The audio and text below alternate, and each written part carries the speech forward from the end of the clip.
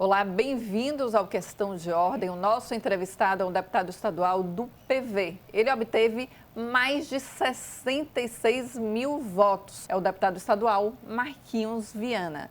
Deputado, bem-vindo ao nosso programa Questão de Ordem. É um enorme prazer tê-lo aqui, o senhor que está em seu 4º mandato aqui no Parlamento Baiano.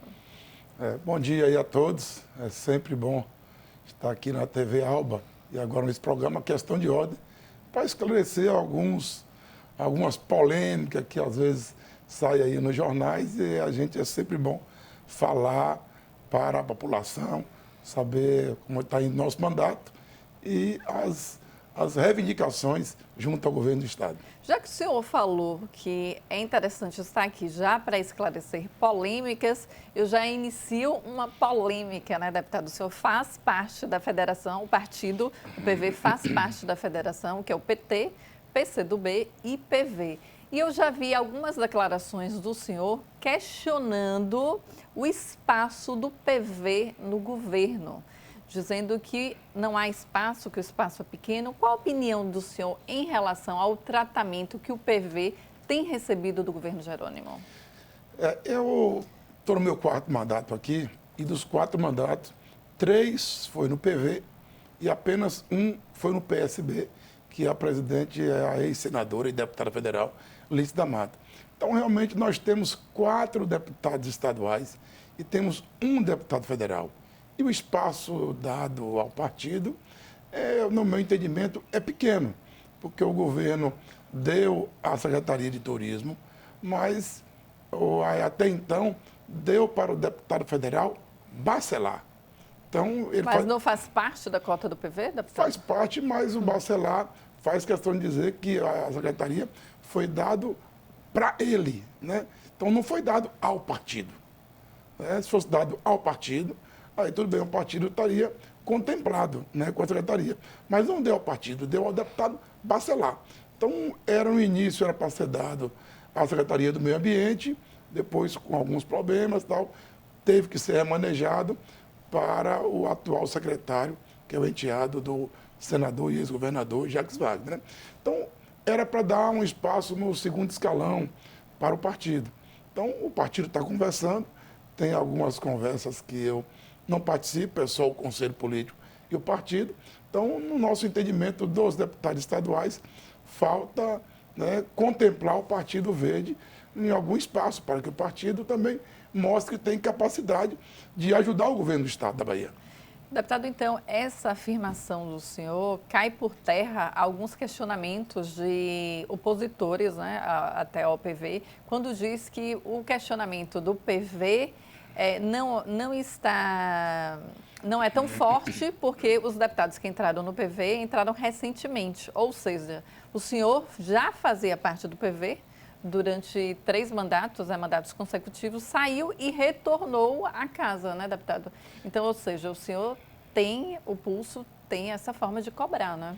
Olha, na minha cidade, onde eu nasci, fui vereador, o Partido Verde era o que tinha mais filiados e mais membros da Câmara. Nós tínhamos o prefeito, o vice-prefeito e 5 vereadores do Partido Verde na época. Então, nunca um município do Brasil ou do estado da Bahia teve uma quantidade tão grande de parlamentares, né, de vereadores, prefeito e vice-prefeito. Então, é um partido que era muito bem representado. Então, eu estou no Partido Verde já há algum tempo, né? Saí por questões, às vezes, lá que não combinou eu continuar na época, né? O Partido Verde indicou a vice do ACM Neto, eu participava do governo, então disputei as eleições junto com a senadora Lídice da Mata, na época, que hoje é deputada federal. Então, o Partido Verde, ao meu ver, é um partido simpático, de nome bom, entendeu? Um partido que tem credibilidade na população, tem uma bandeira, né, que é o meio ambiente, e a gente, né, estamos ainda aí aguardando o governador ainda dar o espaço que o partido merece.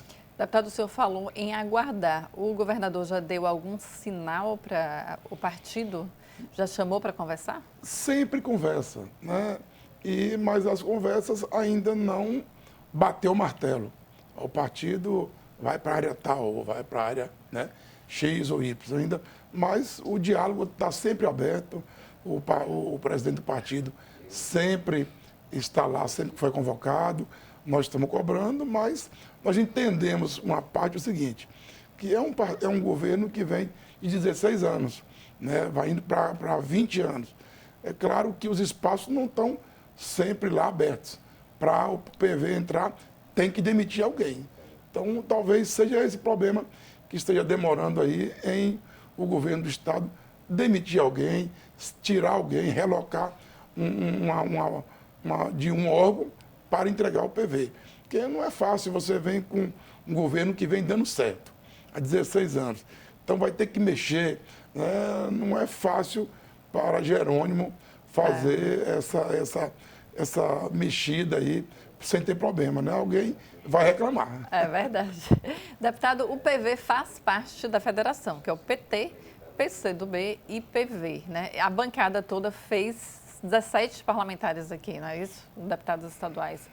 Qual o benefício de fazer parte de uma federação, deputado? Eu queria que o senhor explicasse para a gente, para o nosso telespectador, que muitas pessoas desconhecem o que é uma federação e até quando ela pode durar.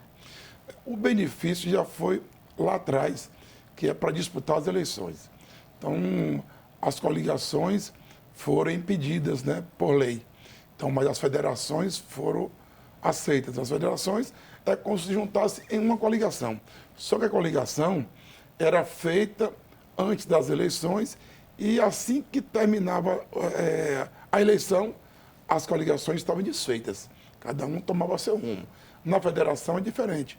Na federação você faz uma junção dos 3 partidos, cria também uma nova regra e essa tem validade por 4 anos.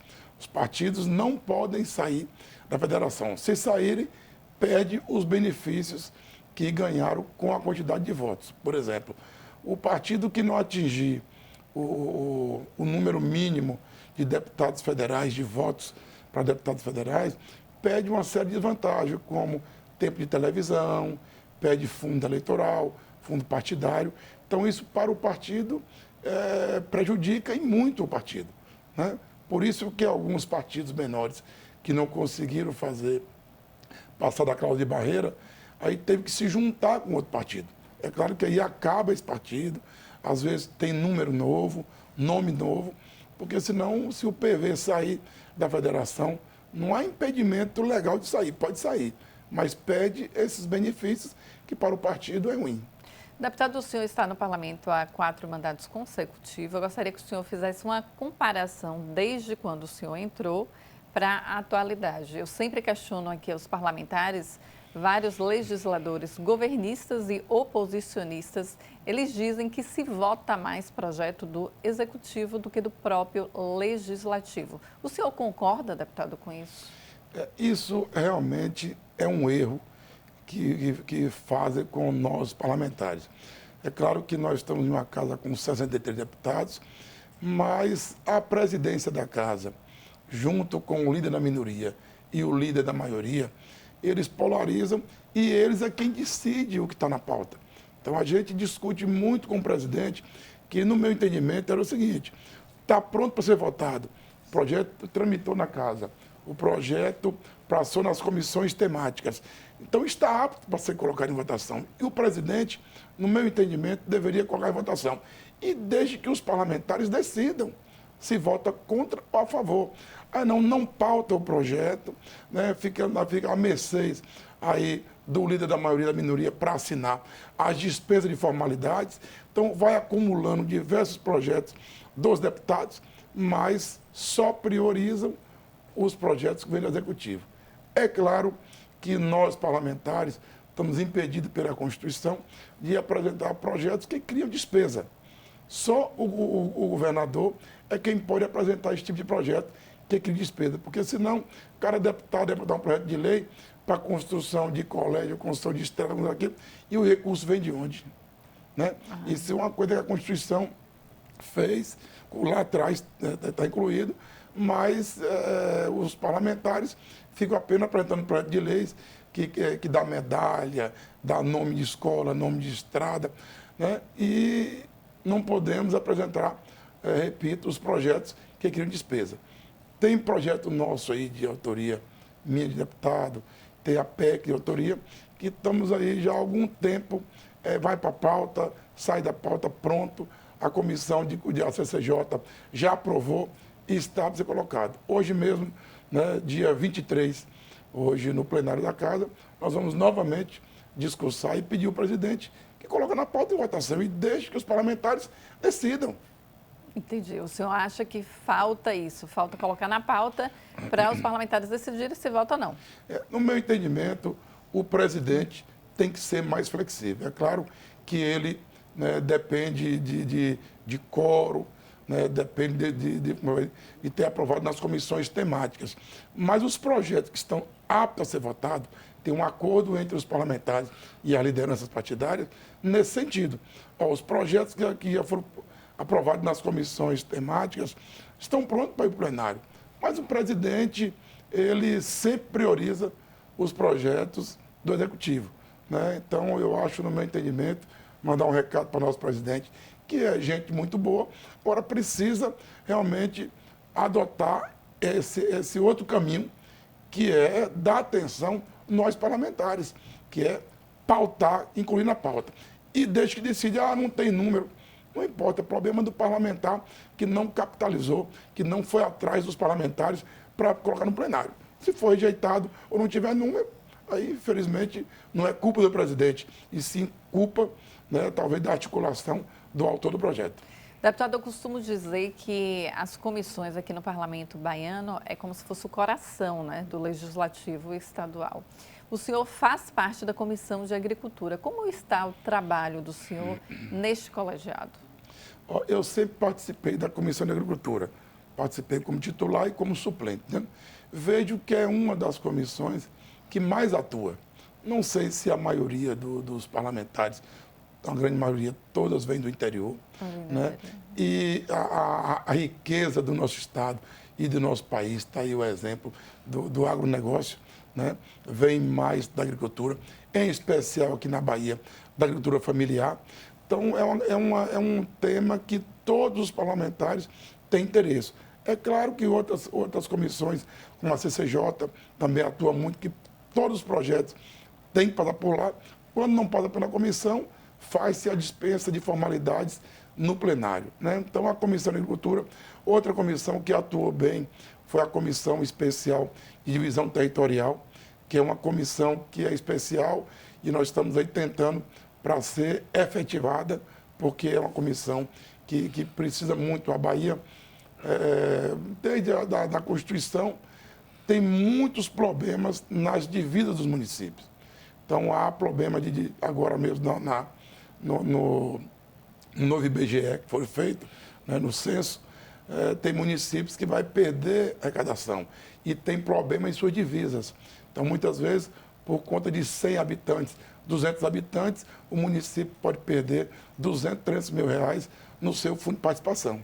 Então, isso é uma comissão importantíssima que devemos aí atuar com ela e colocar em evidência o mais breve possível. Deputado, o que está dependendo para essa comissão, a comissão territorial? Eu, como repórter, já acompanhei muitos trabalhos deste colegiado e sempre foi muito atuante. Ela se formalizar e se tornar permanente, deixar de ser um colegiado especial? Isso tem que ser feito um trabalho aí junto às lideranças partidárias, porque os membros que compõem a comissão é indicada pelos líderes e, em seguida, o presidente faz a publicação dos membros titulares e suplentes. Então, o que está faltando é a vontade. Embora não saiu o resultado final do último censo, mas assim que sair, é hora dos prefeitos baterem na porta da Assembleia para vir buscar regulamentação nas suas divisas. Então, esta casa peca um pouco em só querer fazer as coisas na pressão, né? Acho que nós devemos realmente colocar tudo já corretamente, fazemos aí a criação, a instalação dessa comissão permanente, que é importante. Daí, depois, quando publicar o resultado do censo, é hora de estar correndo, vamos para cima do presidente, vamos para os líderes, vamos reunir, né, podendo fazer isso logo no início do ano, para que a comissão toma logo algumas providências de montar suas equipes de trabalho junto com o SEI, junto com o IBGE representante, para que facilite a vida dos municípios e dos prefeitos que vão ser o maior prejudicado, que é a população que vive nos municípios. Deputado, nós vamos para um breve intervalo e voltamos já já com o senhor para falarmos a respeito de uma questão super interessante, explicar também para o telespectador o que são as emendas impositivas e que há também uma proposta do senhor para aumentar o valor dessas emendas. Deputado, voltamos já já.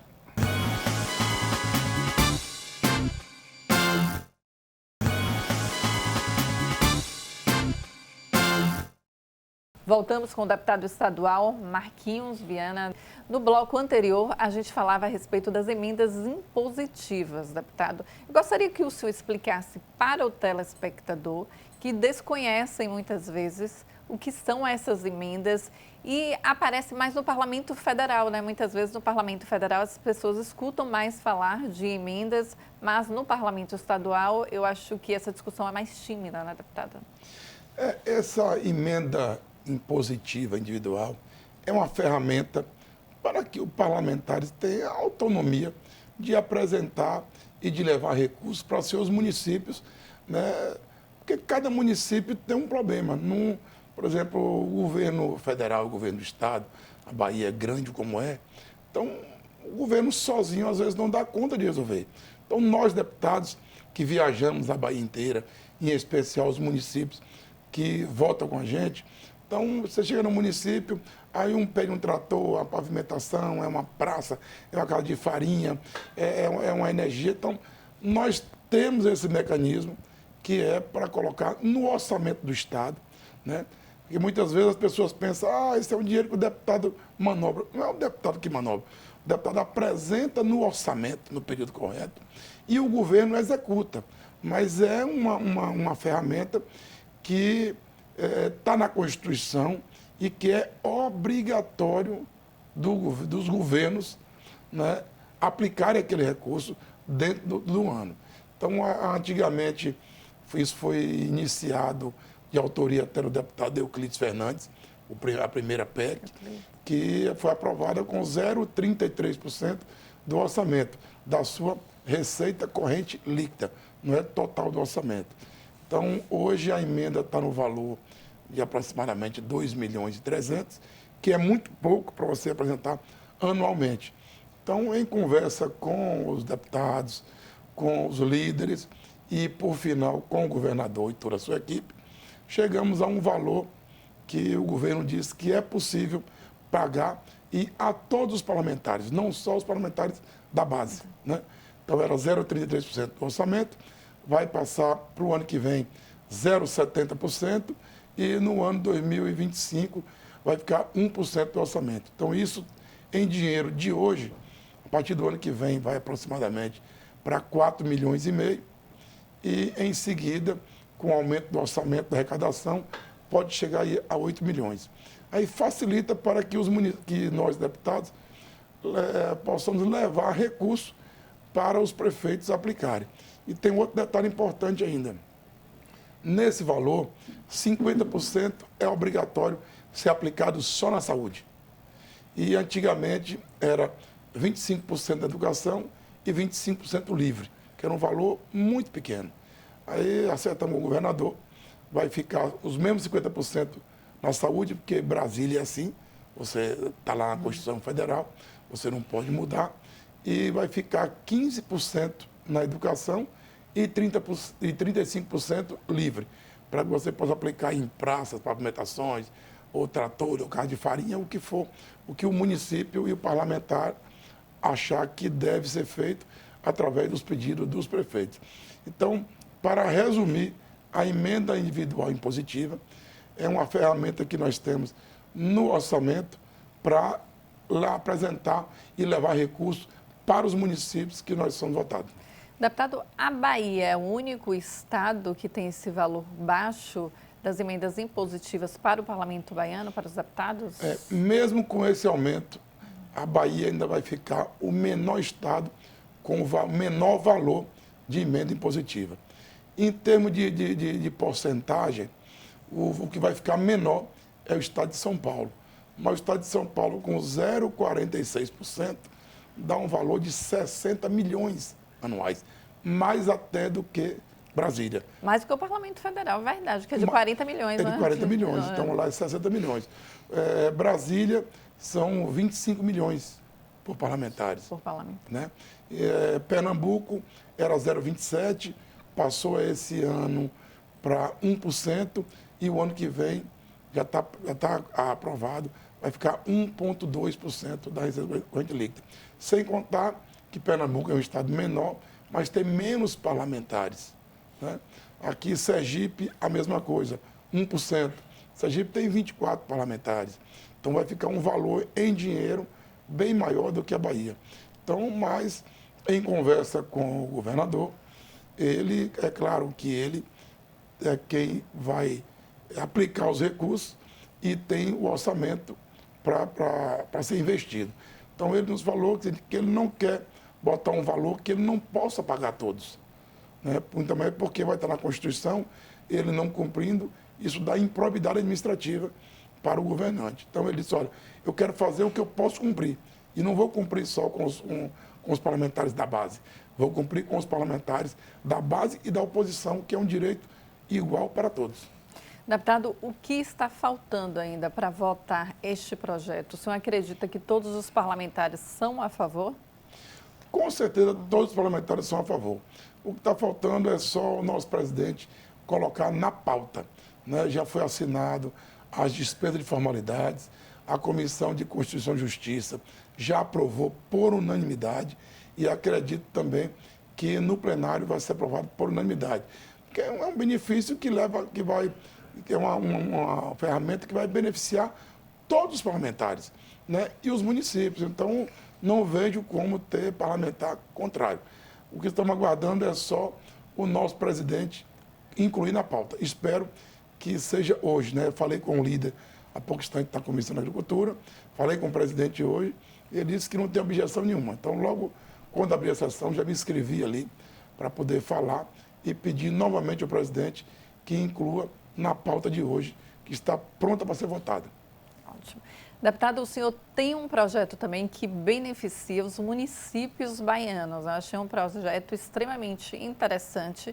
Eu gostaria de saber em que pé está esse projeto aqui no Parlamento baiano, porque ele beneficia, ou seja, os municípios podem assinar convênios mesmo estando inadimplentes, né? Mas, atualmente, aqui no estado da Bahia, eles não podem. É isso, deputado? Olha bem, nós temos a lei de responsabilidade fiscal, que foi aprovada em 2000, que impede os municípios que estejam inadimplentes. Inadimplentes, né, explicando melhor, às vezes estão devendo o INSS, deve aí o Fundo de Garantia, está com algum convênio que foi prestado conta, tomado em conta especial. Resumindo, o município, às vezes, que não cumpriu. Mas, muitas vezes, quem não cumpriu foi o ex-gestor. Às vezes o prefeito saiu, deixou o convênio em aberto, não pagou o INSS, e o atual gestor está negociando com a Previdência, negociando com a Caixa Econômica. Isso requer um tempo. Né? Então, às vezes, o governador quer fazer um convênio, quer colocar um recurso para o município fica impedido de assinar esse convênio, impedido de levar os recursos para beneficiar a sua população. Então, com esse projeto de lei, que em Brasília, lá não tem uma lei, mas tem um decreto presidencial já há algum tempo, que é incluído na lei de diretrizes orçamentárias, que os municípios, mesmo que estão inadimplentes, podem assinar convênio nas áreas prioritárias. Quais são as áreas prioritárias? Saúde, educação e assistência social. Então, essas três áreas, o município, mesmo estando inadimplente, pode assinar os convênios e o governo federal fazer o repasse para que o município possa investir. Aqui na Bahia, não é aceito, mesmo Brasília sendo, a Bahia, os municípios são impedidos. Então, com essa lei, né, eu incluí até um outro item na redação, que os municípios, mesmo inadimplentes, mas tem que estar com situação de emergência decretada e aprovada. Então, o município, além de estar inadimplente com essa lei, ele vai precisar que o município esteja em situação de emergência, ou pela seca, ou por desastre de chuva, né? Ou algum problema que ele precisa ser decretado e o Estado comprove. Né? Não é simplesmente eu fazer um decreto publicar que está resolvido. O Estado tem que comprovar. Porque muitas vezes você apresenta o decreto que está problema de seca, aí vai no município e não é realidade, né? Embora a Bahia tem 2/3 no semiárido, na maioria dos municípios, todos têm problema de água. Então, claro que chega um período do ano que aumenta ainda mais. Então, a gente fazendo isso facilita nas áreas prioritárias, que é principalmente aí a saúde e a educação e a assistência social, que não pode ficar impedido de receber os governos. Esse projeto também já está para ser votado, já foi aprovado na Comissão de Constituição e Justiça desde 2019 e ainda não foi pautado ainda. E o senhor acha que vai ser pautado quando, deputado? Porque já tem 2 anos, né, aprovado na CCJ? Mais de 2 anos, né? Mais de 2 anos. 19, 20, 21, 22, estamos em 23. Né? Sou boa de então, conta, não. eu vou, essa semana, não sei se vou conseguir incluir hoje, mas vou pegar a assinatura dos deputados para incluir aí na prioridade, né? Na prioridade eu preciso de 21 assinaturas, de 1/3 do parlamento, para que o presidente priorize a pauta. Eu gostaria de saber do senhor se o senhor tem vontade de administrar sua cidade, de ser candidato a prefeito de lá. É claro que a gente que faz política todo dia, vereador, deputado, nós não podemos dizer que não quero ser prefeito nunca da cidade natal da gente. Isso, se eu falar isso, eu estou mentindo. Barra da Estiva é uma cidade que melhorou muito com o mandato de Dona Lúcia, que é minha mãe. Barra da Estiva é uma cidade que produz café e quando nós entramos, Barra da Estiva era certificado pela EBDA como o pior café da Bahia. Em uma cidade que produz café muito, é a renda da agricultura familiar, as pessoas, cada um tem um pedaço de terra. Minha mãe, nós fazíamos lá um encontro de produtores rurais, não só do município, mas de toda a região, e já no ano seguinte, já fomos certificados como o melhor café natural da Bahia, aí incluiu aí os citros, né, laranja pocã, e por último o morango. O morango em Barra da Estiva é uma realidade que entra por dia R$1 milhão por dia. Por dia? Por dia. Porque nós temos mais de 1.000 produtores. Tem uma empresa do Espírito Santo, que é a Pet Fruit, que produz bem. Hoje ela contrata os parceiros, tudo com carteira assinada, e produz o morango na área suspensa. Né? Então é uma realidade do município que, claro que o café não acabou, o café continua, que é a mola mestra nossa. Né? Mas movimentou a economia, né? Movimentou a economia, porque todo mundo tem um pedacinho de terra e o morango dá em pouca terra e você começa a produzir, ele começa a produzir com 45 dias e a planta leva de 1 ano e meio a 2 anos produzindo. Então você colhe dia sim e dia não o morango. Rapaz, não então, sabia disso. não só as pessoas que plantam, mas aquele que compra e sai com os carros refrigerados pela Bahia toda e pelo estado, pelo Brasil todo. Ó, levam para Belém, Recife, Rio de Janeiro, São Paulo.